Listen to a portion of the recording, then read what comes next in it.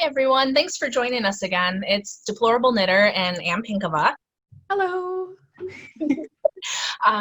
And we are Politically Incorrect Knitters. Last week, we talked about all of our beautiful designs and we failed to show anybody, which was our bad. Read our minds, know that they exist.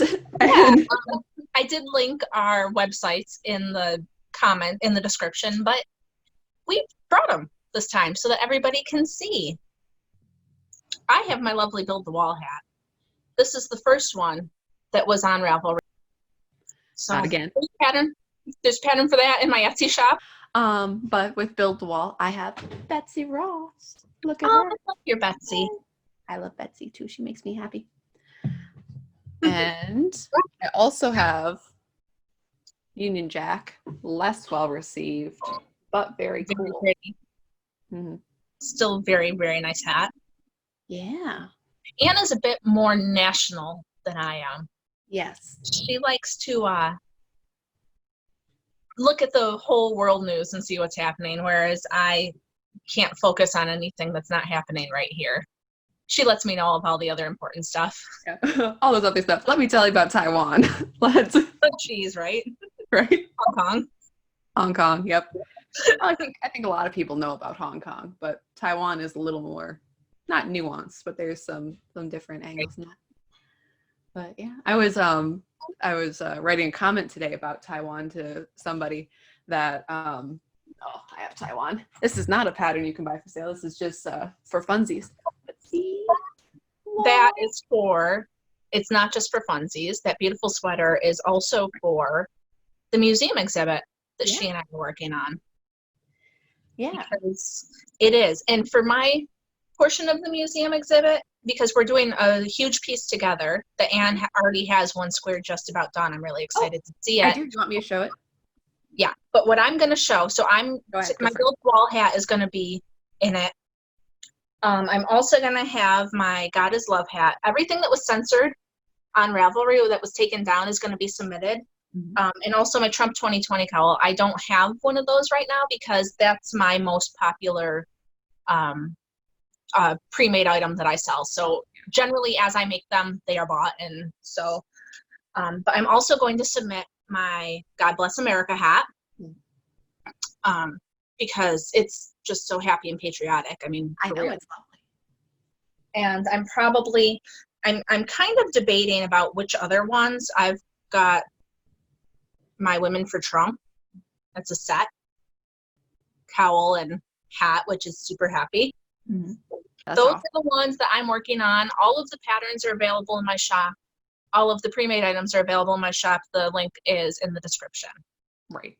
And same for Anne's stuff. Her patterns for Betsy and the Union Jack are available, and the link is in the description. Yeah. So. Yeah, I have a couple of charts out. I have, let's see, I have the dragon one, which is just like a plain chart, but the other plain chart is, excuse me, is this guy. Oh, so that's cool. It's a wolf? Yeah. Or a large dog. Or, as I like to say, the Grimm. You can't reference that anymore. I can't? I'm sorry. Well, I mean, if you're talking about the Grimm from Harry Potter, then yeah, no, you can't. Oh, well, I am talking about the Grimm from Harry Potter every single time. Not even once. I'm disappointed in you. Don't you know that J.K. Rowling is persona non grata now? Did you know that? Okay, so she said this. She said the thing about there is a word for people who menstruate. It's women. But then Daniel Radcliffe, I know you're trying to make people happy, but he came out with the very pro, trans women are women sort of a thing, so can you imagine selling the person who made you famous downriver? One of the most wealthy and influential women in the world, that you are going to sell them downriver for your minor acting career. You probably wouldn't be where you are today. Right. Well, that's the thing, though. Nobody is grateful, and nobody can keep their mouth shut. There is an actor that I adore. I have every movie he's ever been in. Right. Love him. He told me not to follow him this week because I support Trump. Yeah, it's and like, I'm just really depressed about that, because just because I'm not rioting in the streets doesn't make me bad. No, and it's a weird, like, you know, half worried, like, you know, you don't get to choose who likes you. And like, you are tainted by someone who dares to think differently. Like, what, you know, just the amount of craziness going on there. I'm sorry, and I can't even be bothered. You have to unfollow me yourself. You have to recognize that you are the evil one in this situation, and you have to leave. Like, it's very disheartening. And I really, like, if you are a knitting designer and you are selling patterns, I don't think that you should be talking about it. I mean, if you're me and you're selling patterns, then that's everyone knows what you're doing. But I think all of these other people that are like trying to be activists and trying to make all the Black Lives Matters or the social justice warriors or whomever, I just think they should shut their mouths. Yeah. And that goes for companies, and it's getting ridiculous. Yeah, and there's a thing, especially with actors and sort of celebrities that way, that it is the worst thing that you can do is to insult your fans. Yeah, but they don't care anymore because they think they Right. live in their Hollywood bubble, and they think that everybody thinks like them, and if they don't, they're terrible, horrible, awful people. Right, and there's a lot of okay, so I come from the Midwest. I'm in South Dakota, and I have been told by people before that the reason that I have my backwards conservative views is because, oh, you poor thing, you're from the Midwest and you don't know any better. You're sheltered, as if I've never seen anyone who doesn't look differently from me, and if I did, I mean, I wouldn't know how to handle it. What sort of a like that I am sheltered, that they're not sheltered from me also, that they are not also in their own little bubble where they think that they're, you know, that they're so wonderful and lovely and diverse. And it's like, but whatever your diversity is doesn't include me. Like, there's no. It's very messed up because they don't want to hear what we have to say. Right. They actively tell us to unfollow. Anybody who disagreed with me after the Ravelry thing was blocked. Like, I went looking for something that happened 2 weeks ago in the knitting community. I couldn't find it because that person had preemptively blocked me because I was dangerous. As opposed to listening to me and my different viewpoints and discussing or, you know, finding reasons. Or like, even not caring. Right. But if you're, I mean, it's not like I was going after people. I was following people, but it wasn't like I wasn't like bothering them or harassing them. I was following them to hear the different viewpoints because that's how I learn. That's how I learn what's going on, and it's how I decide where I stand, because I don't need that actor that I adore, not anymore, to tell me what I think. I know, and I figure it out on my own. And it's disheartening, the whole how they can live in an area where they can, you're so sad you don't know any better, but they're doing it themselves. Exactly. Like, it's absolutely dreadful. It's terrible. And I got news for you people. It's not just the Midwest, because I live in the Northeast and everybody around me is liberal. So right. No, there's a lot. Right. No, there's I don't know. I have Midwest bigotry against Midwestern people. It's real, man. It's not the worst that's out there by any means, but like, I remember I was sitting in an airplane next to a man, and he asked me, I think he was from West Coast somewhere, and he asked me where I was from, and I said South Dakota. He's like, oh, you don't sound like you're from South Dakota. And I asked him what South Dakota is supposed to sound like, and he was just sort of like dead silent, awkward. Like, I think I got off track there for a minute. You were going to show us. I definitely got off track. The first square for the quilt that we're making, and had the privilege of doing the centerpiece. So she was making hers first so that we could kind of go off of that and get dimensions and different things. Right. So no pressure. Yeah, right? No, it's awesome though. Yeah. Yeah, so here we go. Here is our American Eagle crest. I'm gonna bring that up. Wow. Focus. It's a little washed out.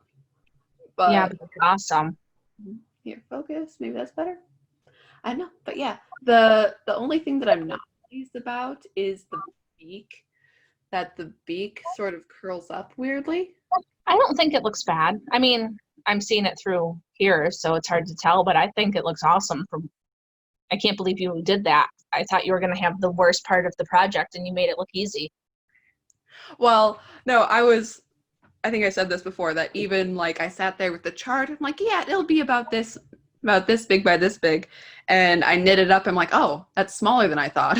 Like, I think it's okay that it's smaller. I've been thinking about it a lot. Maybe we'll have all the blocks the same size instead of doing them different sizes like we had talked about. We'll see. We'll see how this works out. Or maybe having the eagle for the centerpiece. Maybe you don't want the eagle for a centerpiece. Maybe we do want to do a big American flag or something. We'll have to see. Yeah, it's a discussion that we'll have to work on. It's an ongoing discussion, but yeah. It is, because this project, I don't think there's any way we can map it out and say this is exactly how it's going to be. Mm-hmm. Oh, speaking of, I got my yarn today. Yay! I did not open it yet. It came, I don't know, right before I took the kids over to their grandparents' house. So I'll have to do that later. I meant to bring it up so we could look at it together, but that's okay. You know what it is. It's yarn. It's yarn. It's all the same colors. Like the yarn I have. Yes. We picked out our colors together so that they would match. So. Like please say. But yeah, the only yarn that I got that wasn't for this big quilt project is that I got more of the bright blue yarn for the Union Jack hat, because I still want to do that tea cozy, and it's kind of a debate for me. The idea for my tea cozy is that I want to be that bright blue and then have the Union Jack on one side, and then on the other side it's the debate between if I want the Brexit Party logo or the Get Brexit Done, which was, so it's a debate between Boris Johnson's slogan of Get Brexit Done, which is a pretty strong message, but though I'm for Brexit, Boris isn't my favorite, gotta say. So, which I'm an American, what do I care? I don't have anything to say about it, but what? What difference does your opinion make on that? What difference does my opinion make? But that's okay, cool. Excuse me, but I am kind of a Nigel Farage fangirl. So, and he founded the Brexit Party. So it's like, the Brexit Party is essentially done, but at the same time, with the virus and everything else, that there was a line of like, we are out of the European Union. England was out of the European Union, but like they're still attached financially in some ways. And the court system is attached in some ways. So that they're thinking about extending the sort of Brexit, England still being attached to the European Union. And England is still paying money into the European Union. And if they extend it, they would still pay money in for a couple more years. So Get Brexit Done, it really still needs to get done now, even with this. It'll be cool to see what you come up with for it. Right. So if you are from England, Get Brexit Done, Brexit Party logo, because I would like to have that as a tea cozy. And like we said last time, with the weird patterns that nobody has, I have seen many pro-EU cowls, pro-EU hats, people at protests, and they have a beret with little EU stars, and isn't that cute? Brexit knits, I haven't seen probably any, like, specific Brexit Party or get Brexit done. They might be out there, they might be hiding, maybe I just didn't see it, but I haven't seen a single Brexit hat. Well, you're not on Ravelry, but then again, I can't imagine that that would be acceptable either. No, Nigel Nigel. Nigel loves Trump more than Nigel loves Boris. Let's All right. Want to talk about what's been happening lately, lady? Oh. Like, yeah, I feel that way too, but I know, and it is so pervasive, and it is such a gear switch from virus, and then instantly, and to some extent justified, so George Floyd, that's what everyone's talking about, that you see the video of George Floyd is absolutely shocking and horrifying. Awful. That man died. No, just terrible. And then you have that going on, and obviously excessive use of force, from what you see on the video, like, should not have happened in any way. It wasn't he was struggling and something happened. It was clearly he was, submissive. Yeah, that cop was doing something he shouldn't be doing. Right. It's absolutely obvious from that. Right. But we're not going to linger on that part of it so much. Right. Because it's all I've seen on the news. I'm sure that even with your international it's all you see on the British news too, and the French news, which is weird. And there was even, I don't believe it was a violent one, but there was a protest in Poland that I saw, that they were leaving signs at the U.S. Embassy in Poland. I think I heard some of that too. Yes, they've been doing it at a few different embassies, right? Right. They were doing that. Yeah, even to the point of graffitiing statues of Abraham Lincoln, which seems a little counterproductive. It does. It doesn't seem like that makes a lot of sense, but right. I don't know. When people get really angry about things, not all of their actions make sense, so we can give them that. But we wanted to talk about how it is in the knitting community a little bit more. And this is a knitting podcast. We do knit. Yes, we did. We've talked a lot more knitting this time than we did last time. Right. We talked about knitting, but we didn't show knitting. Indeed. We can knit. We make things.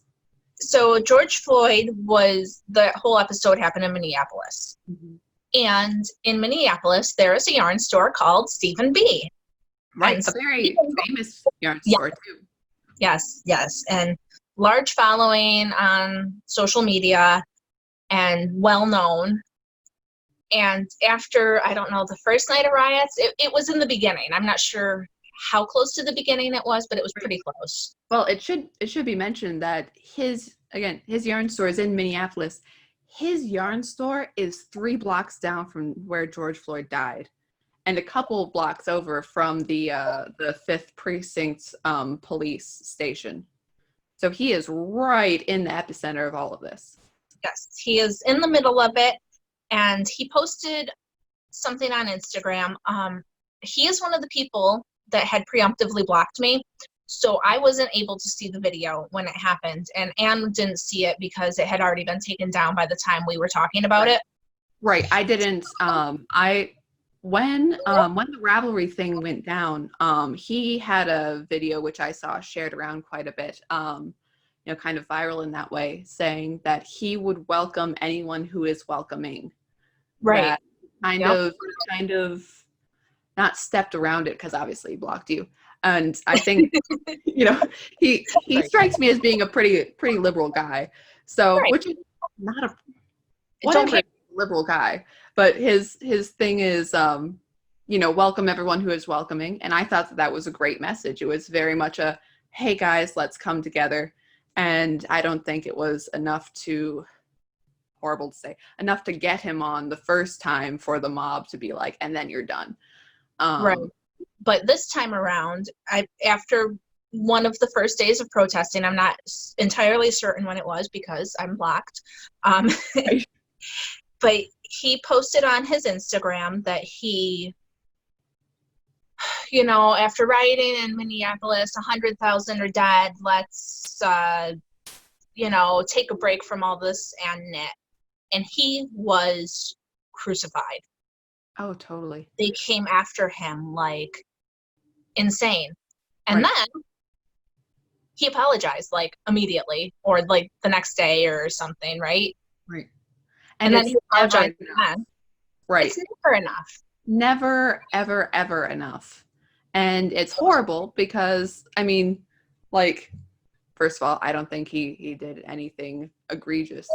But also the idea that, you know, when you apologize, it ought to actually be for something, not some half, maybe you took it wrong. Like when you apologize, you really ought to be sincere. I really did something wrong and I am really sorry for it. Yeah, and he can be like, I didn't mean it the way it came across, which is pretty much what his apology was the first time. Right, and I don't mean to say that Stephen B was being insincere, but you're pushing an apology for something that doesn't need as deep of an apology as that. Like, yes, you're sorry that you offended people, but like it's that you have to apologize for everything you do, and it's immediately, you know, like prostration, sorry, you know, I will try to do better and I will do all of this to atone for it. And yeah. In his second apology, he came across saying, I'm going to do like sensitivity training and I'm going to train myself. Like it was a laundry list of like all of these demands that the people were like, you have to do to fix it and make it better. And it just doesn't, that kind of thing does not make sense to me. Right. And also, like, this is I saw someone who did full denounce of him because she had worked with him on some of her knitting patterns. And she said that his statement of, hey, let's take a break from the horrible things that are happening and knit, that was dripping with white privilege and male privilege and down the line. And I'm shocked. Like, there's so many people out there with their Instagram profiles of, you know, I'm whoever, I advocate for, you know, mental health and whatever and stuff like that. So many people use knitting as a mental health break, as a calm down, as a, you know, sort of a bit of normalcy into their day. And you are saying to a, you know, somebody died 3 blocks down from where he is. Okay, that is a lot of stress. There's a stress on you. There's a stress on your community. That is a horrible tragedy that happened near him. And he is not allowed the mental health break, because I've seen this shared around a lot that, well, you know, other people can't have a mental health break because things are so horrible for them. But it's like you physically can't do that forever. Like, you're saying that people can't have a mental health. Well, they do. Like, you're all of these nice mental health advocates are then harassing Stephen B for wanting that break. You're not allowed to have a break. We may have a break, but you can't. And, you know, I heard some people saying, oh, well, it's white privilege to be able to take a break, right? You said that. And then, but then they're like, oh, I wasn't on Instagram because it became emotionally taxing. So what? We're not allowed to be emotional about things? I mean, the dude, like you said, it was blocks from his store. I'm sure that he was feeling horrified. Yeah, definitely. Everything. It's so much happening. Exactly. Why are we so divided that it is assumed that he is racist for not caring about a man who died in his neighborhood? Like, anyone would be horrified by that. Right. Especially with how it went down. Right. I mean, but the thing that I've seen so much during this whole George Floyd protesting on Instagram, it's a lot of, you know, Black Lives Matter, support Black makers. That's great. But when you aren't, so if you don't support them the right way, Right. They call you out. They call out your white privilege that you have or whatever it is, and then they use terms like do better. Right. Yeah, so how am I supposed to do better? They use the do better term because then when you apologize, like Stephen B did the first time, well, we didn't like it, so do it again. Right. It's do better is their way of like moving the bars. Do better has been seen even in the last week, that this past week that you have, okay, so people are posting black squares on their profiles to show solidarity with Black Lives Matter. Only same day, do not use the hashtag Black Lives Matter because, you're blocking up the hashtag. What are you doing? Next day, I saw, it's a little graphic that's going around, which is called Put Up or Shut Up. So if you're a business and you had the black square, therefore you have to tell us how many people, like you have to give the racial numbers of who you employ. Right. Which is and it makes no sense. It's like this insane bullying. It's this insane, and there's these standards that nobody knows what they are. So when you support Black Lives Matter, you assume that you're supporting just the slogan Black Lives Matter. But so many of the policies you go down the line and they're pro-abortion, they're they don't like the nuclear family, which is sort of a weird thing to be against, not just woohoo, whatever your family is, that's great, but that's against the nuclear family. Israel and the Jewish people, and going down the line, that it's some really, really they're very pro-Marxist. They're defund the police. They want basic universal income, which has failed every time it's tried. There's no, like, there's all of these really, that they're not supporting helpful policies at all. Right. That and there's, I don't know, but I wanted to also mention, I've seen a lot that, being colorblind is a racist term. Like, people want you to see their color. Mm-hmm. And now they're saying no. So, okay, here's the example. Growing up, I have two aunts. One is biracial, one is white. When I was a kid, I never was like, oh, are my black cousins coming over or are my white cousins coming over? I was like, oh, my cousins are coming over? Cool. I'm excited to see them. But now everybody says that's the wrong thing to do, right? Right. So then on Instagram, because Instagram is my kryptonite. I fall into a hole there every time I go. I can't get out. It's awful. But I found on Instagram, people are saying now, I don't want to be your black friend. Right. Don't call people your black friend. Don't call them your boyfriend. Don't call them your black husband. Just call them your whatever. Right. So it's like, but that's what I was doing already. I was doing that and you told me it was wrong. So then I was like, well, my black aunt. And they're like, no. You can't say that. This is the tough stuff I'm talking about. There's just no rhyme or reason. There's no rhyme or reason to any of how, but that's how they keep you off your game. You can't conform if you don't know the rules. Exactly. Just know that you're wrong. Right. And you can't make a change or help, or because they're always going to be able to come back and be like, well, you should have whatever. And it's so frustrating. Right. And again, talking about, people who are mental health advocates and then are going whole hog for this. Like, what is more, they talk about, it's not mental abuse, but like that sort of a, when you're like in a bad relationship or something. That you have people who gaslight you. You said this, well, I didn't. You did this, well, I didn't. Well, who are you going to believe, me or your lying eyes? And like the whole like, well, I'm not racist. No, that makes you more racist. I'm sorry. You did this. Because no matter what, we have internalized racism because of how we were raised. And that kind of stuff kills me because you can't disprove it.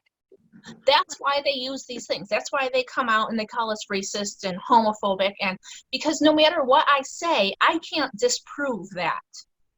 Right. That, and you're not allowed to disprove that because it proves that you're racist. This like us against them going on right now, and like people are feeling so, there's so much emotion involved in all of this that it's hard to deal with. It is. And so I was wondering, and like Anne and I were talking about how this was harder to do than our first episode because there's a lot of emotions involved in it. Like the Ravelry thing, there's a lot of documentation, it's a lot of cut and dry. It's very easy to present because we have facts. Right. And also it is a little bit from the point. So, you know, when everything's coming at you at once, what are the biggest points? After a little bit, we're like, okay, these were the biggest points. These are the facts online. When we're still in the middle of it, like, okay, what are we gonna? Yeah, there's so much going on that it's hard to do. But so before we started our recording today, we were talking about how all morning both of us have been praying about like we want to have the right words and we want to have the right message and we want to convey our beliefs in a nice way. And I decided to look up what the Bible says about racism, and also says that God made us in his image. All nations are descended from one person and filled the whole earth. So we are all the same in God's eyes. And I think that because that is not a popular belief anymore in our country, that it's part of our divide. Right. That there's a lot of push to cut people up into little groups. Mm-hmm. That there's you're over here and you're over here, and people in this group have a higher rank than people in this group. There's a lot of it, I think. Racism, absolutely, it's a problem, but there's also classism. There's also, I mean, there's economic differences that you want to pit people against each other there. There's, you know, I'm from this area, that's against your area. There's a lot of different, you know, the abuse of power. I mean, we saw that obviously with the cop, that Right. there powers and, you know, people who have authority and people who don't have authority, that there's a clash back and forth between them. There are many different struggles, many different, I don't know, things that divide us, that prevent us from coming together because I'm me and you're you and therefore we're different. That there's not hey, you know, that we're all humans, we're all created in God's image, that there is no difference between one of the Bible verses between, you know, Jew and Greek, and from slave and free, from male or female, anyone. That is Right. You know, fine. That we're all one in God. Yep. I was, you know, with all the people saying, you know, during this time to you know, listen to Black voices. So I've been watching David Harris Jr. and Officer Tatum, and there's another guy who's really good. I forget what his name is, but yeah, another Black man that, you know, and they're very much talking about the Bible and the importance of God and the importance of caring for your fellow man, and the idea that you know, that it's either all or nothing. That either, hey, we have policemen and there may be good policemen, you know, there's good policemen, there's bad policemen, but we try to the best of our ability to have good policemen. Okay. And there's social workers, and there's good social workers and there's bad social workers, but we try to the best of our ability to have good social workers. That it's the idea of, I'm sorry that there is one problem, so the entire thing, we have to get rid of it. Right. And the thing with the whole George Floyd issue is that guy, he was censored and he was written up and he was, and they did not deal with him properly.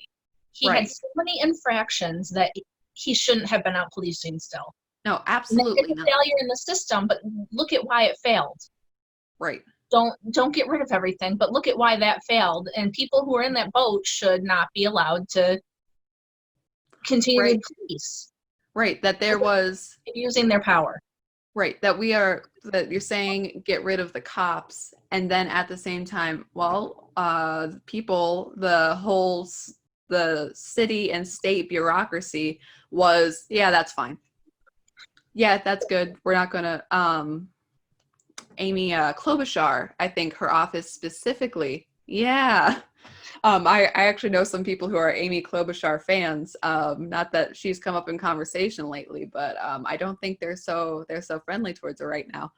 That it was specifically her office that signed off on, oh yeah, this cop, okay. Like, excuse me. I had heard that it was right after she was in office, but even so, she's not that popular at the moment. I'm not certain of that. Right. But we talk about institutional problems. Yeah, let's take a look at corruption. Well, so I put on my Instagram, everybody's freaking out about this cop, right? Mm-hmm. And I said, so it's a dirty cop. It was a tweet I think I posted on my Instagram. It said, this guy was a dirty cop and with a Democratic police chief in a Democratic city with a Democratic mayor, and you don't see the issue? I mean, right. Cities that have been run by Democrats forever that have all these issues, right? Maybe it's time for something else. Maybe the police force change isn't what you need. Maybe you need to vote someone else in. So people are yelling at me saying, oh, well, that cop was Republican. But he was in this Democrat city. I never said the cop was okay. The cop's a dirtbag. We don't need to argue about that. There are policies and there are people in place who could have fixed this and they haven't. So maybe what's wrong is what you guys are voting in. Right. It's possible. Just maybe. Sort of a, Trump said drain the swamp. Like, there's little swamps everywhere. Yeah, all around. Mm-hmm. I live in a state that is full of swamps, unfortunately. Again, of being, one of the shunned from the Midwest that is like, woohoo. Are you guys Republican there? Or pretty Republican, yeah. That's nice. It is nice. It is nice. I don't have that. We vote in the presidential election, and right. We have 1% of our vote in, and it's like, oh, whoever the Democrat is won, and we're like, 1%, and you know that? Right. Unfortunately, it's true here.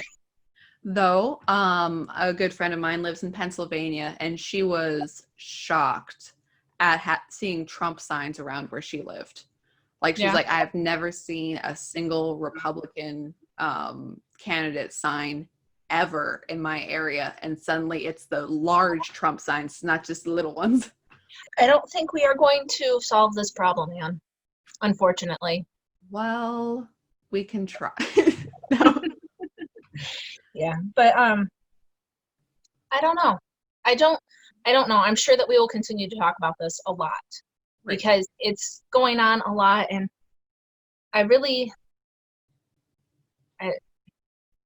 it's disheartening and it's sad because I don't look at people and see their color, and I don't look at a person of color and think of them as less than, and it's right. Really upsetting to be involved in this where people are putting these words in your mouth and saying if you don't show us the correct way that you are sorry, then you're not doing it right and you're not good enough. And I don't know how we're going to fix that as a country, as a people, and this is right. This is the divide of a country that has fallen away from God. The devil is at play. He is working to cause discord and strife among people so that we fall from within. Right. And that's all there is to it. Right. And I saw something, it was probably a week back, but saying that the most radical thing that you can do right now is to love your neighbor.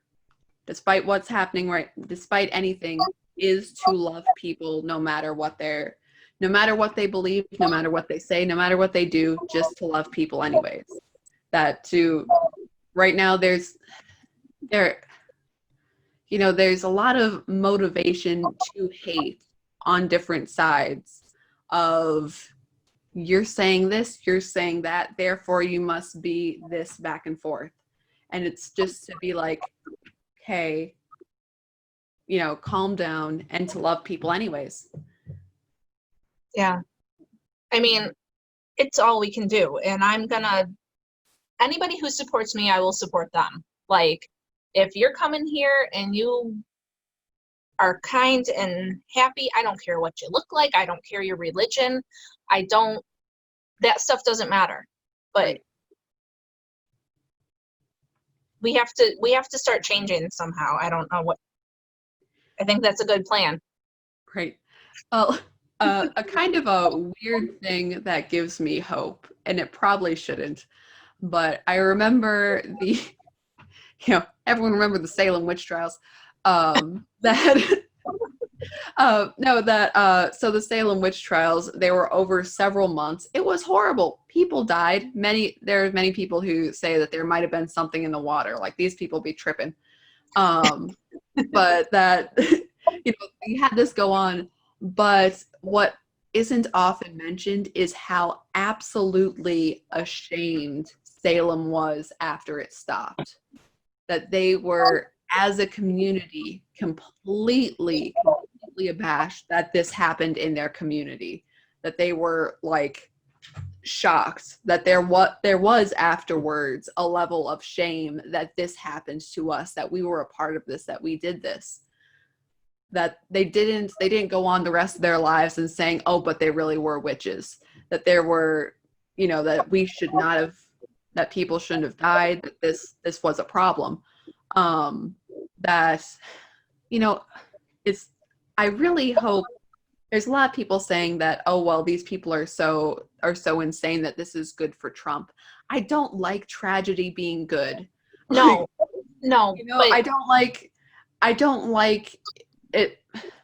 I want people to support Republican policies because they are good policies, not just because the Democratic policies turn out to be absolutely horrible, which they look absolutely horrible. That is not the correct way to address situations.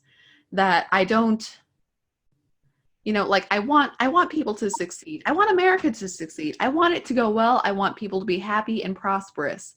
I want people to recognize and see what is good and what is evil, to have that discernment. And I would much rather it not be through a horrible trial, but there you go. Right. Well, should we leave some of this for next time? Because there's just so much that can be said. Right. And we probably are going a bit long again. So. Well, I don't know. I just don't know. That's my answer to everything. Right. There's no solution, unfortunately. Unfortunately. But pray. Be kind to others. Stay safe. Stay free. Love your neighbors. Mm-hmm. The oldest solutions, but the hardest ones to enact. You are correct. So, like, comment, subscribe. Like, comment, subscribe. Tell your friends. Thanks for joining us. Next week, maybe we'll try to be a little less heavy. Right. We'll try not to be a downer.